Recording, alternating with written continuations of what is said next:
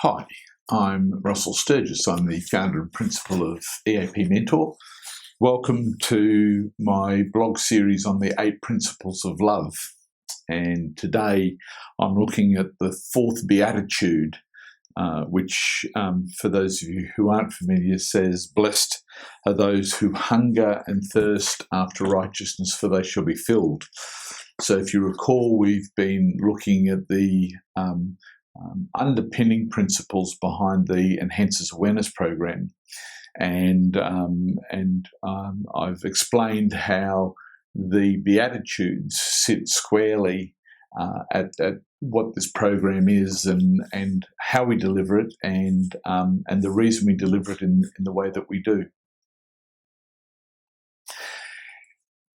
When we look at this Beatitude, we break it up into 3 components, really. There's the hunger and thirst component of it, so blessed are those who hunger and thirst.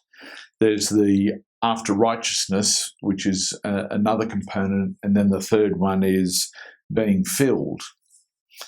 And so I want to have a look at each of those 3 to try and give a little bit more of a deeper understanding and appreciation of what's being said here. So let's start with hunger and thirst. I kind of joke, and I write about this in the blog, I joke about the fact that in this Beatitude it doesn't say blessed are those who are a little peckish. So what we get here is a sense that this is really about this idea of this is something where we're highly motivated. This is something that we highly value, and really this is about, and everything that we do in the Enhancers Awareness Program is about values, and more particularly what we do and what we're experts at doing is helping people shift from unsustainable values that have been responsible for causing a lot of their suffering to being aligned with sustainable values that ultimately lead you to feeling fulfilled, having a sense of joy and a sense of that life is something that's worth living. So this is important because this really describes this idea of hunger and thirst, this idea that this is something that you really want, this is something that you're really aspiring for. And so you go from this place of avoidance, this place of depression, this place of burnout, to a place where you've got a desire, where you've got an energy, where you've got motivation to want to be aligned with something new. So what we're talking about here is being able to shift the state of the psyche sufficiently that where before there may have been complacency and inactivity, now there's this motivation, there's momentum, there's this sense of wanting to achieve something, wanting to get something. Okay, and so what is it that it says here? Blessed are those who hunger and thirst after righteousness. And of course, for most of us, when we think of the word righteousness, we immediately go to this whole notion of self-righteous. And it's really interesting that when we look at the etymology, which is the origin of the word righteousness and righteous, it comes from the word right, and it shares the same root as the word justice. And so what we get is this whole sense that the word righteousness is aligned with the word justice, and we know that the original word in the biblical sense of the word righteousness in the New Testament, much of it was associated with the translation that meant justice as well. And so in the blog, I write about social justice and this whole idea that this is about developing a hunger and thirst for making a difference in the world through, and I quote a reference in Matthew in the New Testament where Jesus sort of says, right, well, you people that have done these things, you get to come along with me to the kingdom of heaven. And he describes what those things are. And he says, blessed are those that have, when I was hungry, you fed me. When I was thirsty, you gave me water. When I was a stranger, you took me in. He talked about saying, when I was naked, you clothed me. When I was sick and in prison, you visited me. And these people go, well, hang on a second, when did we do that for you? And he said, well, when you've done it unto these, the least of my brethren, in other words, the poor and the needy, then you've done it to me.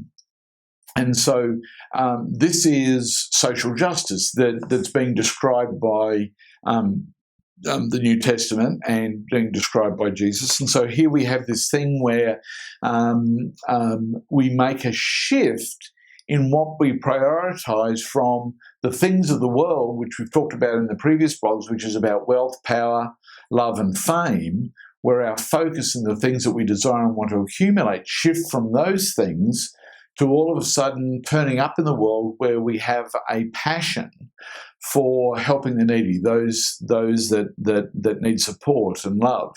And of course, once again, we're going through this time where we're experiencing the global epidemic, and it's really, in some regards, bringing the best out in people, in the sense that there's these movements where people are really wanting to help each other.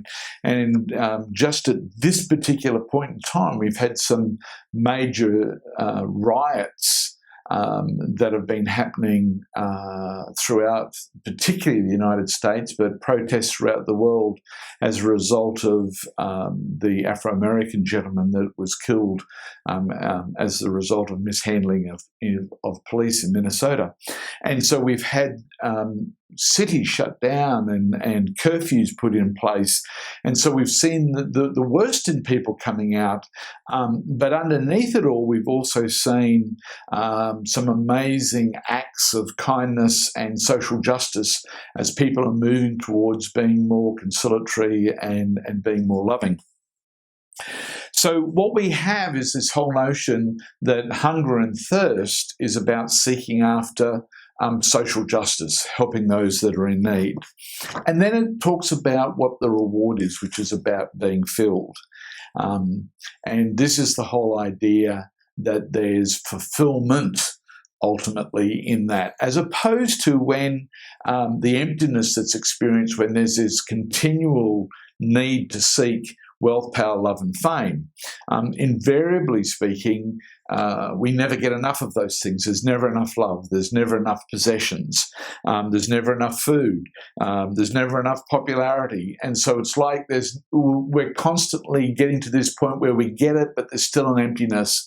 And so we continue on with these things. And when we can't sustain those things with that emptiness, we try to fill the empty space with addictions or avoidance behaviours. And so these are the things that end up creating our suffering and our pain, and the fact that life becomes something that's untenable.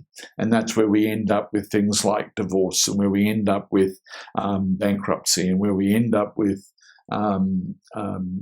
drugs and sickness, lifestyle diseases, and all the things that basically are our expressions of suffering in life. I want to share a little bit about my own experience here, and all of those things. Predominantly, I got to a point where I was depressed in my life. I was excessively overweight. I was 143 kg at my heaviest. I had been divorced, bankrupt.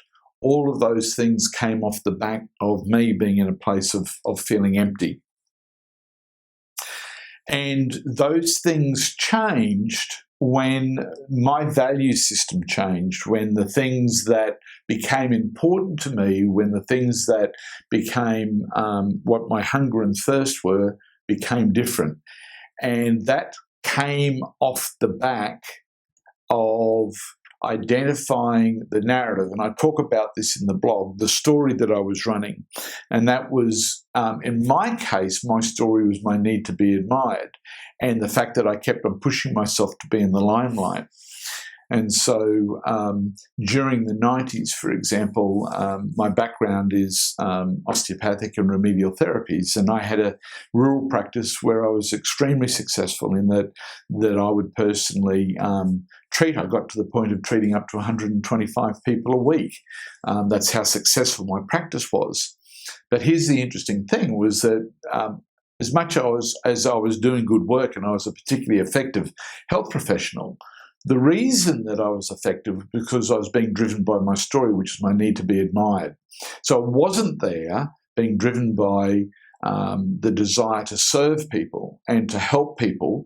That was secondary to that. By helping people and serving people, I would be admired. And of course, what happens is when we look for external things to fulfill that core sense of personal worth, which is an internal thing, it's never fulfilled. There's always an emptiness there, and so we're not filled in that situation.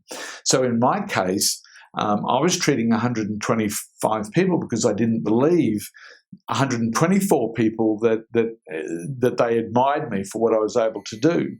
And of course, the problem was when I got to 125, I needed 126, but there wasn't the time left to be able to do that. And I literally walked away from my practice. I sold it and walked away from being a successful health professional because of the need to be admired. And for me, I was able to take that into developing training courses around being health professionals, and that saw me going to America and lecturing extensively throughout America and New Zealand and Australia, and I could have classfuls of people at one time admiring me for what I was doing. All of these things ultimately resulted in me going through a lot of pain and suffering. My divorce came as a result of not being there ultimately. Bankruptcy was not keeping an eye on what was really going on, and it was about being driven by the need to be admired. My health was the fact that there was this ongoing emptiness, and so I filled it with the wrong sorts of foods, and I ended up being excessively overweight. And depression was the ongoing sense of not achieving what it is that I was looking for. It was sort of like, and there was this constant feeling of depression, of feeling, first of all, burnt out, and then eventually not being fulfilled by any of it. So we have to go through a process of recalibrating that story. Now, I write about how in the blog, our story is the gift we give ourselves to make a difference in the world. And so my capacity for healing, my capacity for public speaking, for developing programs, and to being able to see a big picture in terms of how I created things, I have been able to take. And in being able to go through the healing process of the very things that we espouse and teach in the Enhances Awareness program, in being able to adopt those into my own life, I've been able to take those things that became my gift from my narrative and now use those to make a difference in terms of how I turn up, being able to have a hunger and thirst for serving humanity, for making a difference in the world. So, and the thing that's come of that is that I'm filled, and that's the blessing that comes with this particular beatitude. So as we're able to go through the process of recalibrating our narrative and no longer limited by it or imprisoned by it, but in fact are supported by it or sustained by it, then we find ourselves being in this situation where we're able to use those gifts and abilities that came from our story to make a difference in the world. Please go onto our website, eapmentor.com, and have a look at more about what it is that the Enhances Awareness program offers. If you'd like to subscribe to getting our monthly newsletters called Mindful Living, you can do that on our website. And we have a great Facebook page, Enhances Awareness Program, at Enhances Awareness Program, that's got some really wonderful daily and weekly insights to living with awareness and mindfulness. Thank you for following this series, and next month we'll be looking at the fifth of the Beatitudes, which are, blessed are the merciful, for they shall receive mercy. Speak to you then. Bye.